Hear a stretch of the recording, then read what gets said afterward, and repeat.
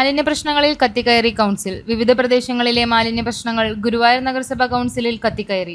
ചക്കകണ്ടം തീരദേശ റോഡിൽ കക്കൂസ് മാലിന്യം തള്ളിയ വിഷയം സ്റ്റാൻഡിംഗ് കമ്മിറ്റി അധ്യക്ഷൻ എം ഷഫീർ ഉന്നയിച്ചു.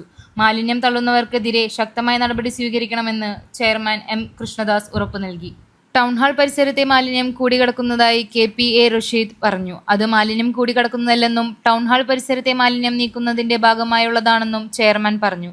അവിടെ നിന്നും മാലിന്യം നീക്കിക്കൊണ്ടിരിക്കുകയാണെന്നും അദ്ദേഹം പറഞ്ഞു. പ്രശ്നം ചർച്ച ചെയ്യണമെന്ന പ്രതിപക്ഷത്തെ UDF അംഗങ്ങളുടെ ആവശ്യം ചെയർമാൻ തള്ളി. ഇതിൽ പ്രതിഷേധിച്ച് പ്രതിപക്ഷ നേതാവ് KP ഉദയന്റെ നേതൃത്വത്തിൽ UDF അംഗങ്ങൾ നടുതളത്തിൽ കുത്തിയിരിപ്പ് നടത്തി.